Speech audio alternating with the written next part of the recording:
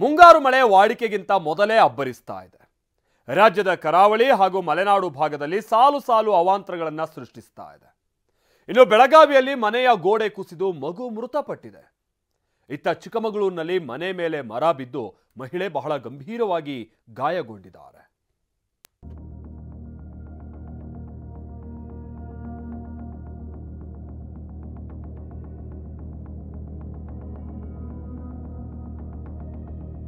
ಮುಂಗಾರು ಮಳೆ ಹೊಡೆತಕ್ಕೆ ಕರಾವಳಿ ಮಲೆನಾಡು ತತ್ತರ. ಎರಡನೇ ದಿನವೂ ಮಂಗಳೂರಿನ ಹಲವೆಡೆ ಜಲಾವೃತ. ಮುಂಗಾರು ಮಳೆ ಆರಂಭದಲ್ಲೇ ಅಬ್ಬರಿಸುತ್ತಿದೆ. ಎರಡೇ ದಿನದ ಮಳೆಗೆ ಕರಾವಳಿ ನಗರ ಮಂಗಳೂರು ಮುಳುಗಿದೆ. ನಗರದ ಪ್ರಮುಖ ಪ್ರದೇಶಗಳಲ್ಲಿ ರಸ್ತೆ, ಮನೆ, ಪಿಜಿಗಳ ಪಾಲಿಗೆ ರಾಜಕಾಲುವೆ ನೀರೇ ಕಂಟಕವಾಗಿದೆ. ಏರಿಯಾಗೆ ನುಗ್ಗಿದ ನದಿ ನೀರು ಮನೆ ಕುಸಿಯುವ ಭೀತಿ. ಇದು ಮಂಗಳೂರಿನ ಮರವೂರು. ಕಳೆದೆರಡು ದಿನಗಳಿಂದ ಸುರಿಯುತ್ತಿರುವ ಮಳೆಯಿಂದ ಫಲ್ಗುಣಿ ನದಿ ಉಕ್ಕಿ ಹರಿಯುತ್ತಿದೆ. ಪರಿಣಾಮ ಸ್ಥಳೀಯ ಮನೆಗಳಿಗೆ ನೀರು ನುಗ್ಗಿದೆ.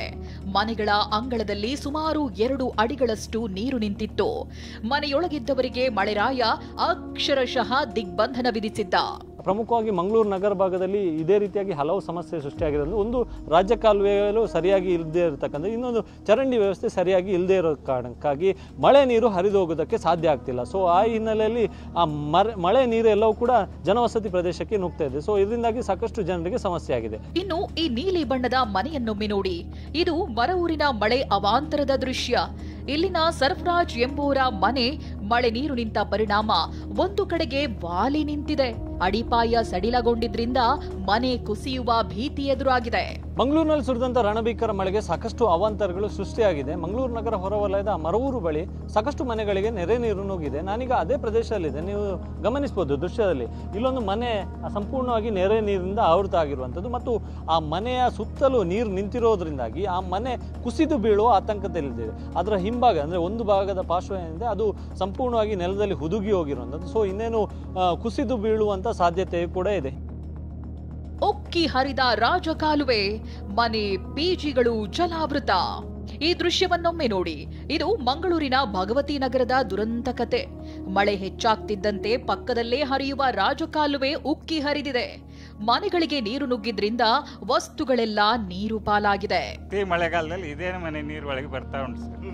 ಹಾಗೆ ಎಲ್ಲ ರೂಮ್ನಲ್ಲಿ ಸಹ ಒಂದು 5-6 ಇಂಚು ಸೋಫಾ ಗೀಪ ಎಲ್ಲ ಹೋಗ್ತದೆ. ಆದರೆ ಈ ಸಲ ಒಂದು ಸ್ವಲ್ಪ ಕಮ್ಮಿ ಆಗಿದೆ ಅಷ್ಟೇ. ಅಲ್ಲಿ ರಾಜಕಾಲುವೆ ನೀರು ಹರಿದು ಹೋಗುದಿಲ್ಲ, ಅರ್ಧದಲ್ಲಿ ನಿಲ್ತದೆ. ಅದು ಅಲ್ಲಿವರೆಗೆ ನಿಲ್ತದೆ, ಸ್ಟಾರ್ಟ್ ಆಗ್ತದೆ. ಅಲ್ಲದೆ ಪಿಜಿಗೂ ನೀರು ನುಗ್ಗಿದ್ರಿಂದ ಮಹಿಳೆಯರು ಪರದಾಡಿದ್ರು. ಈ ಬಗ್ಗೆ ಸಂಬಂಧಪಟ್ಟವರಿಗೆ ಎಷ್ಟೇ ಹೇಳಿದ್ರು ಪ್ರಯೋಜನವಾಗಿಲ್ಲ ಅಂತ ಕಿಡಿಕಾರಿದ್ರು. ನಡ್ಕೊಂಡು ಹೋಗ್ಬೇಕಲ್ಲ, ಮಕ್ಕಳಿಗೆ ತುಂಬಾ ಕಷ್ಟ ಆಗ್ತುಂಟು. ಇಲ್ಲಿ ನಮ್ಮ ಎಲ್ಲ ಇರುವ ದಿನಸಿಗಳೆಲ್ಲ ಒದ್ದೆ ಆಗ್ತವೆ, ತುಂಬಾ ಕಷ್ಟ ಆಗ್ತದೆ ನಮಗೆ. ದಯವಿಟ್ಟು ಇದನ್ನೊಂದು ಸರಿ ಮಾಡಿ ಕೊಟ್ರೆ ನಮಗೆ ತುಂಬಾ ಒಳ್ಳೇದಾಗ್ತದೆ. ಇಲ್ಲಿ ತುಂಬಾ ನೀರು ಬರ್ತದೆ ಸರ್. ನಮಗೆ ಪ್ರತಿ ಸತಿ ಹೀಗೆ ಆಗ್ತದೆ. ಪ್ರತಿ ಸತಿ ಆ ಡ್ರೈನೇಜ್ ಎಲ್ಲ ತುಂಬಿ ಬ್ಲಾಕ್ ಆಗ್ತದೆ. ತುಂಬಾ ಕಷ್ಟ ಆಗ್ತದೆ ನಮಗೆ. ಅದಕ್ಕೆ ಒಂದು ಕ್ರಮವನ್ನು ತೆಗೆದುಕೊಳ್ಬೇಕಂತ ನಾವು ಕೇಳಿಕೊಳ್ತೇವೆ. ಬೆಳಿಗ್ಗೆ ಬಂದು ರೆಡಿಯಾಗಿ ಕೂತಿದ್ದೆ. ಇಲ್ಲಿ ಫುಲ್ ನೀರು ಇಲ್ಲಿ ತನಕ ಬಂದಿತ್ತು. ಜೋರ್ ಮಳೆ ಬಂದು ಇಲ್ಲಿ ಹೋಗ್ಲಿಕ್ಕೆ ಆಗ್ತಿಲ್ಲ. ಪಾಪ ಇಲ್ಲಿ ಬೇರೆಯವ್ರು ಹೋಗುದನ್ನು ನೋಡ್ಲಿಕ್ಕೆ ತುಂಬಾ ಕಷ್ಟ ಆಗ್ತಿತ್ತು. ಪಾಪ ಮಕ್ಕಳಿಗೆ ಎಕ್ಸಾಮ್ ಇತ್ತು, ಅವರು ಎದ್ದು ನೀರಲ್ಲಿ ಹೋಗಿದ್ದಾರೆ. ಆದ್ರೂ ಎಕ್ಸಾಮ್ ಬರಿಬೇಕು ಅಂತ ಇದಕ್ಕೊಂದು ಸರಿಯಾದ ಪರಿಹಾರ ಕೊಟ್ರೆ ಒಳ್ಳೇದಿತ್ತು. ಇತ್ತ ಮಂಗಳೂರಿನ ಕೊಡಿಯಾಲ್ಬೈಲ್ನಲ್ಲೂ ಮಳೆಯಬ್ಬರಕ್ಕೆ ಜನ ಸಂಕಷ್ಟ ಎದುರಿಸುವಂತಾಗಿತ್ತು. ಭಾರೀ ಮಳೆಯಿಂದ ರಾಜಕಾಲುವೆಯ ನೀರು ನುಗ್ಗಿದ ಪರಿಣಾಮ ರಸ್ತೆಗಳು ಜಲಾವೃತಗೊಂಡು ವಾಹನ ಸಂಚಾರ ಅಸ್ತವ್ಯಸ್ತಗೊಂಡಿತ್ತು.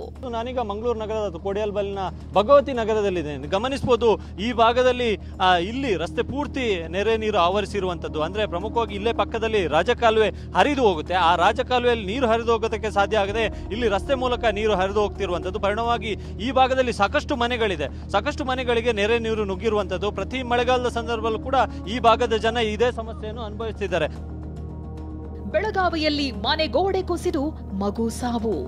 ಬೆಳಗಾವಿ ಜಿಲ್ಲೆಯ ಗೋಕಾಕ್ನ ಮಹಾಲಿಂಗೇಶ್ವರ ಕಾಲೋನಿಯಲ್ಲಿ ದುರಂತವೊಂದು ನಡೆದಿದೆ.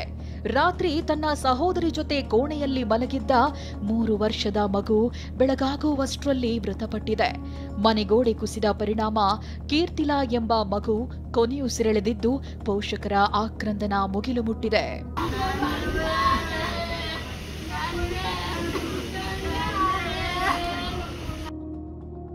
ಕಾಫಿ ಎಸ್ಟೇಟ್ ಕಾರ್ಮಿಕರ ಮನೆ ಮೇಲೆ ಬಿದ್ದ ಮರ, ಮಹಿಳೆ ಗಂಭೀರ. ಚಿಕ್ಕಮಗಳೂರಿನ ಮೂಡಿಗೆರೆಯಲ್ಲಿ ಕಾಫಿ ಎಸ್ಟೇಟ್ ಕಾರ್ಮಿಕರ ಮನೆ ಮೇಲೆ ಮರ ಬಿದ್ದ ಪರಿಣಾಮ ಮಹಿಳೆಗೆ ಗಂಭೀರ ಗಾಯಗಳಾಗಿವೆ. ರಾತ್ರಿ 2 ಗಂಟೆಗೆ ಬಾಳೂರು ಎಸ್ಟೇಟ್ನಲ್ಲಿ ಘಟನೆ ನಡೆದಿದ್ದು, ಕಾರ್ಮಿಕ ಮಹಿಳೆ ಸುನಂದಾ ಎಂಬುವರಿಗೆ ಗಾಯಗಳಾಗಿದೆ. ಲೈನ್ ಮನೆಗಳಲ್ಲಿದ್ದ 20 ಕಾರ್ಮಿಕರು ಬಚಾವಾಗಿದ್ದಾರೆ. ಆದರೆ ಈ ಬಗ್ಗೆ ಎಸ್ಟೇಟ್ ಅಧಿಕಾರಿಗಳು ಕೇರ್ ಮಾಡಿಲ್ಲ ಅಂತ ಕಾರ್ಮಿಕರು ಆಕ್ರೋಶ ಹೊರಹಾಕಿದ್ದಾರೆ. ನೋಡಿ ಸರ್, ಈ ತರ ಆಗಿದೆ ಮನೆ ಎಲ್ಲ. ಇನ್ನು ಈ ಬಾಳೂರು ಎಸ್ಟೇಟ್ ಅಲ್ಲಿ ರೈಟರ್ಗಳಿದ್ದಾರೆ, ಮ್ಯಾನೇಜರ್ಗಳಿದಾರಂತೆ, ಯಾರು ಬಂದಿಲ್ಲ, ನೋಡಿಲ್ಲ. ರಾತ್ರಿ 2 ಗಂಟೆಗೆ ಮರ ಬಿದ್ದಿರೋದು. ಇನ್ನು ಬಂದು ಒಂದು ಹಾಸ್ಪಿಟ್ಲಿಗೆ ಇದು ಸಮೇತ ಮಾಡಿಲ್ಲ. ಆಯ್ತಾ, ಇಲ್ಲಿ ಏನೇನು ಇಲ್ಲ, ಎಲ್ಲ ಪುಡಿಯಾಗಿ ಧ್ವಂಸ ಆಗೋಗಿದೆ ಮನೆ.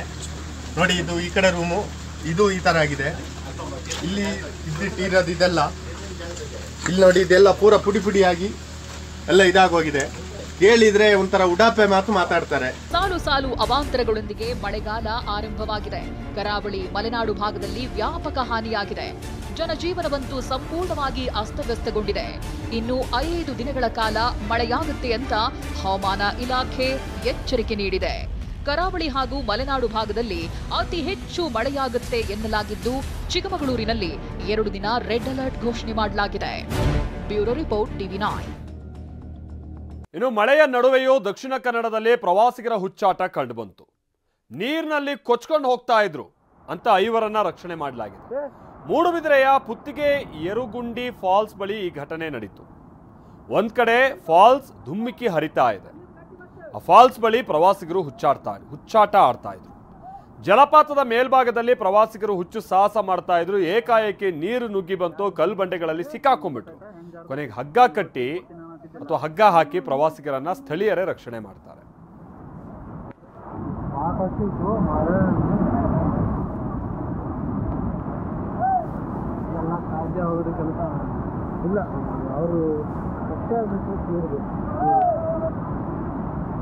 ನೋಡ ಇನ್ನ ಕಾಲು ಇರುಗುಡ್ತಾ ಜಾರತಾರ.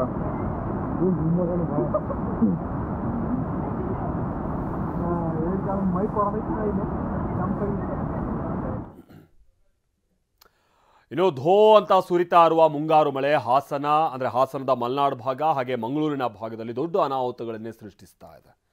ಅದರಲ್ಲೂ ಸಕಲೇಶಪುರದ ಹಲವೆಡೆ ಗುಡ್ಡಗಳು ಕುಸಿತಾ ಇದೆ.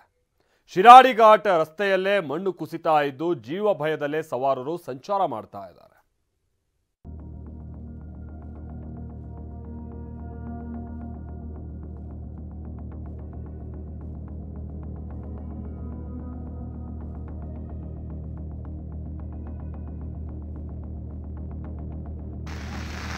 ಬಿರುಗಾಳಿ, ಎಡಬಿಡದೆ ಸುರಿಯುತ್ತಿರುವ ಮಳೆ, ನಡುಗುತ್ತಿರುವ ಗುಡ್ಡಗಳು, ಕುಸಿದು ಬೀಳುತ್ತಿರುವ ಮನೆಗಳು, ಎಲ್ಲಿ ನೋಡಿದ್ರು ಮಳೆ ಅವಾಂತರ, ಎಲ್ಲಿ ನೋಡಿದ್ರು ನೀರು ನೀರು ನೀರು.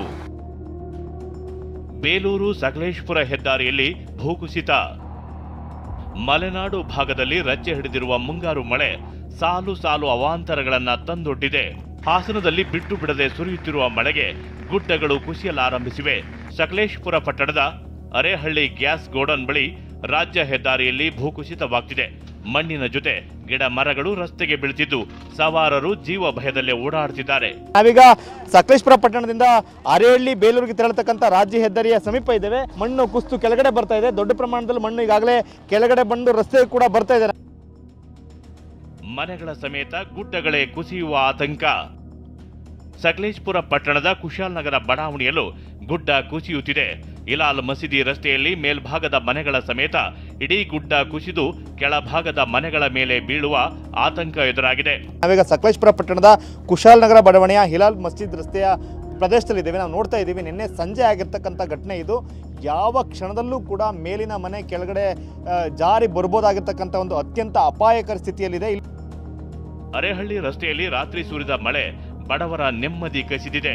ಎತ್ತರದ ಪ್ರದೇಶದಲ್ಲಿ ಹೊಸದಾಗಿ ನಿರ್ಮಿಸಿದ್ದ ಬಡಾವಣೆ ಕುಸಿದಿದೆ. ಗುಡ್ಡದ ಮಣ್ಣು ನೀರು ಕೆಳಭಾಗದ ಮನೆಗಳಿಗೆ ನುಗ್ಗಿದೆ. ಆ ಮನೆಯ ಬಳಿ ನಾವಿದ್ದೀವಿ, ನಾವು ನೋಡ್ಬೋದು. ಇಲ್ಲಿ ಮನೆಯ ಹಿಂದಿನ ಬಾಗಿಲವರೆಗೂ ಕೂಡ ದೊಡ್ಡ ಪ್ರಮಾಣದ ಮಣ್ಣು ಇಲ್ಲಿ ಬಂದಿದೆ. ರಾತ್ರಿ ಇಡೀ ಈ ಮನೆ ಒಳಗಡೆ ದೊಡ್ಡ ಪ್ರಮಾಣದ ನೀರು ಕೂಡ ನುಗ್ಗಿದೆ. ನಾವು ನೋಡ್ತಾ ಇದ್ವಿ, ಎತ್ತರ ಪ್ರದೇಶ ಇದು. ಶಿರಾಡಿ ಘಾಟ್ ರಸ್ತೆಯಲ್ಲೂ ಹಲವೆಡೆ ಗುಡ್ಡ ಜರೀತಿದೆ. ರಸ್ತೆ ಕಾಮಗಾರಿಗಾಗಿ 106 ಅಡಿ ಎತ್ತರದ ಗುಡ್ಡ ಅಗೆಯಲಾಗಿದೆ. ಪರಿಣಾಮ ಹಲವೆಡೆ ಮಣ್ಣು ಸಡಿಲವಾಗಿದ್ದು ರಸ್ತೆಗೆ ಕುಸಿಯುತ್ತಿದೆ. ಚತುಷ್ಪಥ ರಸ್ತೆಯ ಕಾಮಗಾರಿ ಒಂದು ಭಾಗ ಮಾತ್ರ ಪೂರ್ಣಗೊಂಡಿದ್ದು, ಸವಾರರು ಜೀವ ಭಯದಲ್ಲೇ ಸಂಚಾರ ಮಾಡ್ತಿದ್ದಾರೆ. ಇನ್ನು ಸಕಲೇಶಪುರದ ಮಂಗಳೂರು ಮಾರ್ಗದ ಆನೆ ಮಹಲ್ ಬಳಿಯೂ ಭೂಕುಸಿತವಾಗಿದೆ. ಮಳೆಯಿಂದ ಹಾನಿಯಾದ ಪ್ರದೇಶಗಳಿಗೆ ಸಂಸದ ಶ್ರೇಯಸ್ ಪಟೇಲ್ ಭೇಟಿ ನೀಡಿ ಪರಿಶೀಲನೆ ನಡೆಸಿದರು. ಕಳಪೆ ಕಾಮಗಾರಿ ಆಗಿದ್ರೆ ಕಠಿಣ ಕ್ರಮ ಕೈಗೊಳ್ಳುವಂತೆ ಸೂಚನೆ ನೀಡಿದರು. ಜಲಪಾತ ಬಳಿ ಕೊಚ್ಚಿ ಹೋಗ್ತಿದ್ದ 5 ರಕ್ಷಣೆ.